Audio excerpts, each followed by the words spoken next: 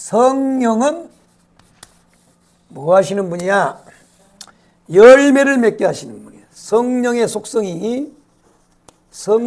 속성은 뭘 하게 하시느냐 하면 열매를 맺게 합니다. 열매를 맺게 하시는 거예요. 열매를 맺게 하십니다. 지난주에도 상고했습니다마는 성령은 오순절 이후에 역사하셨던 분이 아니고 구약시대에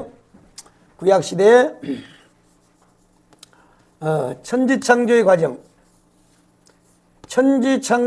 과정에서 역사하셨던 분입니다.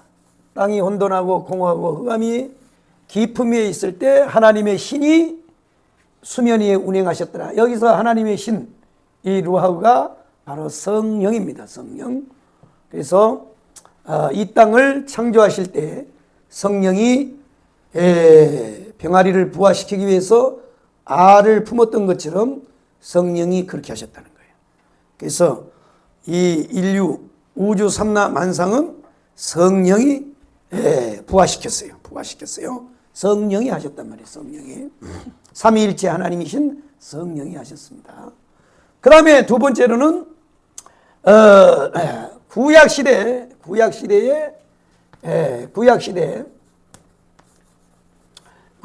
특정 인물들 가운데 역사하셨습니다. 특정 인물들 가운데. 그래서 이 구약시대에는 하나님의 신으로 기름 부음으로 임하셨는데 그것이 뭐냐? 바로 선지자, 그 다음에 제사장, 그 다음에 왕입니다. 왕. 이렇게 특정 인물의 성령이 역사를 하시다가 오순절 마가다락방에 성령시대가 도래하는 이 오순절 마가다락방에 성령이 임하여 이제는 모든 사람에게 다 부어졌어요. 모든 사람에게. 그러니까 구약시대는 천지창조의 과정에서 역사하셨고 그 다음에 구약시대 하나님의 구속의 역사를 진행하시는 그 가운데는 특정 인물들 가운데만 역사를 했어요. 기름 부으심으로 역사를 했다 이거야.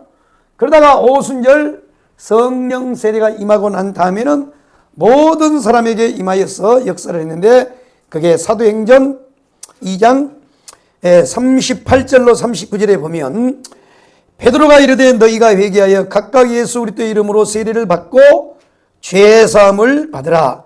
그리하면 성령을 선물로 받으리니 그랬어요. 여기에 보면 잘 보세요. 자, 성령 세례입니다. 성령 세례.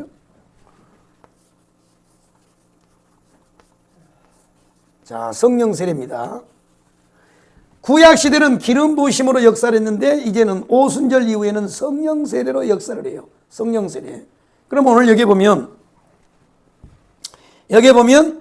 너희가 회개하여 각각 예수 그리스도의 이름으로 세례를 받고 죄사함을 받으라.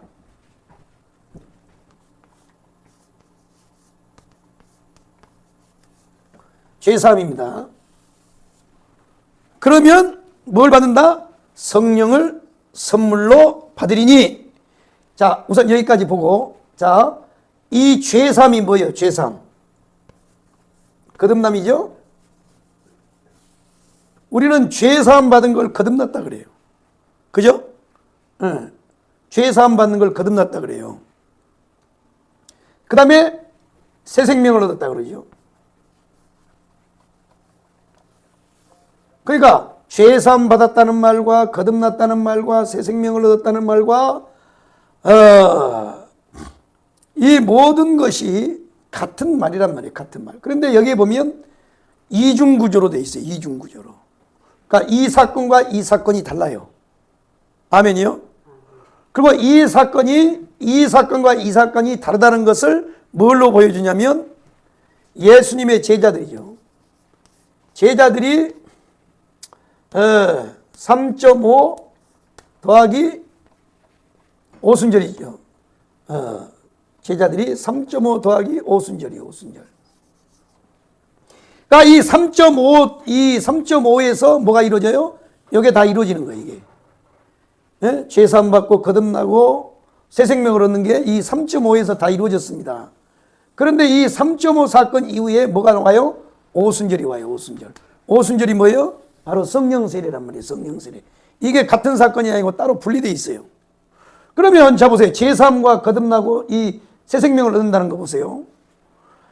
자, 어느 날 저녁에 예수님이 이 땅에 계실 때 니고데모라고 하는 유대인의 선생이라고 하는, 그리고 산헤드린 공회의 사람이요, 바리새인이요, 그리고 이 니고데모는 선생이에요. 유대인들은 선생을 랍비라 그러죠. 랍비.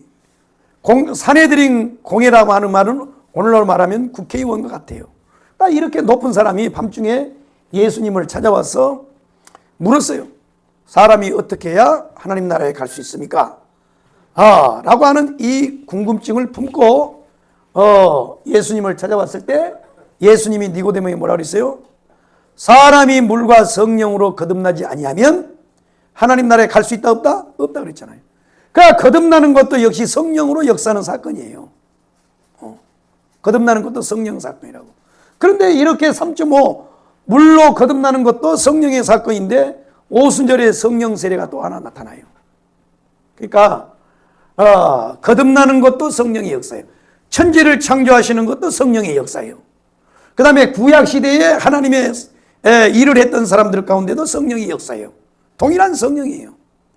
그러니까 우리는 성령 세례를 받아야 된답니다. 성령 세례를. 너희가 믿을 때 성령을 받았느냐? 너희가 믿을 때는 여기란 말이야. 너희가 믿을 때 성령을 선물로 받았느냐? 너희가 믿을 때 성령을 선물로 받았느냐? 그래서 우리는 죄사함 받고 거듭나서 죄사함 받고 새 생명을 얻었다 할지라도 하나님의 일을 하기 위해서는 뭐 해야 되느냐? 성령 세례를 받아야 돼요. 그러니까 이 성령의 열매는 어디서부터 이제 해당이 되느냐면 바로 이 사건이 일어난 다음부터 일어난 것이 열매가 맺혀지는 거예요. 아멘이요? 그러니까 이게 안 일어난 사람은 성령의 열매를 맺고자 해도 맺을 수가 없어요. 성령 선물을 받아야 된단 말이에요. 그래서 이 구약시대는 특정 인물에게만 줬지만은 이제는 뭐냐? 이 약속은 너희와 너희 자녀와 모든 먼 데 사람 곧 우리 주 하나님이 얼마든지 부르시는 자들에게 하신 것이다. 그러니까 이제 성령 세례는 구약시대의 이 성령의 역사는 하나님의 신의 역사는 천지 창조의 과정에 역사하셨고 특정 인물 하나님이 세운 사람들에게 역사를 했습니다.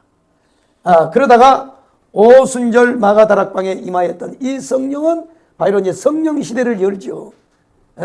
바로 이 성령 세례를 주었단 말이에요. 성령 세례를 주심으로 인하여 이제 열매를 맺는 거예요.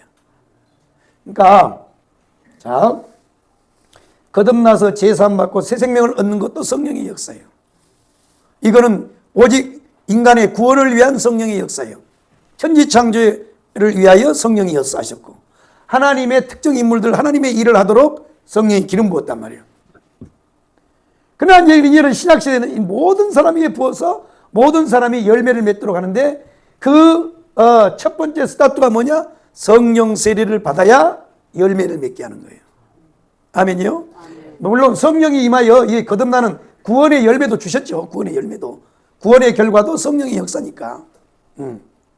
다시 말해서 예수 그리스도가 십자가에서 우리의 구속을 이루었단 말이에요. 율법의 요구를 들어줬고 이거를 다 이루어졌는데 이 사실을 믿도록 역사하신 분이 성령이요. 그래서 거듭나게 하신단 말이에요.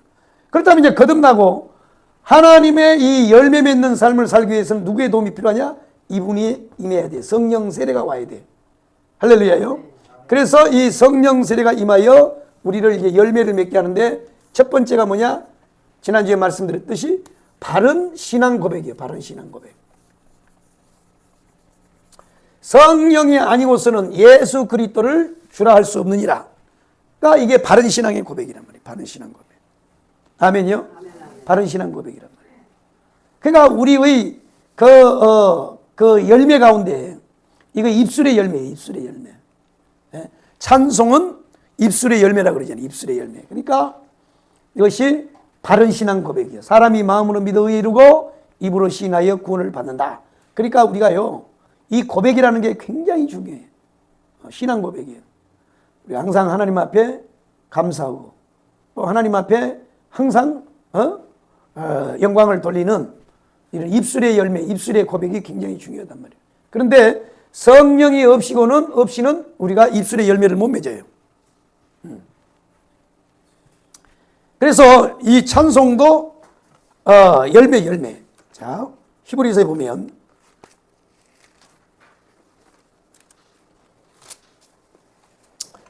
히브리서 보면 찬송이 뭐라고요? 찬송이 열매. 어디 있어 그게? 몇 장 몇 절이요?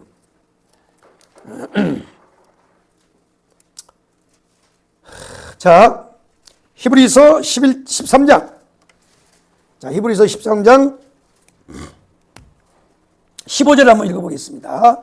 한번 읽어봐요. 시작. 그러므로 우리는 예수로 말미암아 항상 찬송의 제사를 하나님께 드리자. 이는 그 이름을 증언하는 입술의 열매니라. 아멘. 자, 보세요. 찬송이 뭐냐? 찬송. 그 이름을 증언하는 입술의 열매단 말이에요. 입술의 열매. 찬송은요, 신앙 고백인 거야. 그래서 교회에 나와서 입이 열려야 돼, 입이. 신앙은요, 입이 열려야 신앙이 들어가요. 그게 뭐냐면, 제일 첫 번째가 이게 노래예요, 노래, 찬양이란 말이에요. 그러니까 보면, 참, 우리 삶에 이게 노래가 굉장히 중요하거든, 노래가요. 그래서 공부를 잘 가르치는 사람들, 옛날에 우리가 그 영어 단어 가르칠 때도 그 영어 선생들이 영어를 잘 가르치는 사람 노래에다 갖다 거기다 갖다 붙여가지고 막 만들잖아요. A, B, C, D, E, F, G. 애들한테도 그렇게 가르친다고. 그래서 A, B, C, D, E, F, G, H, I, J, K, L, M, N. 이렇게 이제 그 노래를 해가지고 영어를 가르치고 그런 것처럼 이게 입술의 열매란 말이에요. 그러니까 이게 바른 신앙을 고백하는 것이 입술의 열매예요. 근데 이게 바른 신앙을 고백할 수 있게 하시는 것이 누구냐? 성령이 하는 거예요. 성령이 아니고는 예수를 주라고 시인할 수 없다 이거야. 그러니까 반드시 성령이 와야 돼, 성령. 아멘이요? 아멘. 그 다음에 두 번째가 뭐냐? 그리스도의 몸이라고 그랬어요. 그리스도의 몸. 그리스도의 몸입니다. 그리스도의 몸. 성령이 우리에게 은사를 주실 때는 왜 은사를 주냐? 그리스도의 몸을 이루기 위해서. 그리스도의 몸을 세우기 위해서. 그러니까 성령을 받았다고 하면서도 아직까지도 내가 그리스도의 몸의 지체의 어느 부위란 걸 모르면 그건 성령 세례가 지금 시원찮은 거예요. 시원찮은 거예요. 그러니까 우리는 은사 자체로 만족하고 은사 자체로 끝나면 그건 은사주의예요. 은사주의. 은사를 주신 목적은 성령 세례를 통하여 우리에게 은사를 주신 것은 왜 주느냐? 그리스도의 몸을 세우기 위해서. 그리스도의 몸. 그러니까 우리가 성령 세례가 없으면, 이런 은사가 없으면 우리가 뭔 일을 할지를 몰라요. 그래서 내가 성령 세례 받기 전에는 내가 뭐 때문에 교회를 다닐까? 뭐 때문에 교회를 다니는 걸까? 나는 왜 하나님이 불렀을까? 그런데 이 성령 세례가 확실하면 아하 한번 따라하겠습니다. 아하. 나를 여기다 세우려고 하나님이 이렇게 은사를 줬구나. 아하, 하나님이 나에게 은사를 준 것은 이 일을 시키려고 하나님이 나를 세웠구나. 아하, 하나님이 나를 이곳에다 보낸 것은 요 일을 하도록 하기 위해서 보냈구나 하는 걸 깨닫는 거예요. 그러니까 이걸 못 깨닫는 사람은요, 유리하는 별이야. 유리하는 별과 다 오늘은 서대문으로 갔다가 내일은 여의도로 갔다가 또 다음 날은 신사동으로 갔다가 이렇게요. 그냥 왔다리 갔다리 거예요. 탁 내가 세워져서 하나님이 나를 무엇을 위해서 불렀고 어떤 일을 시키기 위해서 하나님이 나를 세우는가 그걸 안다는 거예요.